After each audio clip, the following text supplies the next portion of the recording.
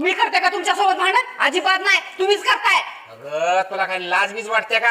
त्या रावणाला 10 तोंड होते, ते रावण सुद्धा कमी बोलत असेल एवढं बोलतेस तू. लाज वाटते का तुझ्या जीवाला? तुम्हाला गप बसा म्हणालो, नाहीतर बाबा काय खरं नाही तुमचं. बसत नाही मी गप. काय करणार आहेस तू? बोल, बघणार आहे का तुम्ही? बघणार आहे, बोल.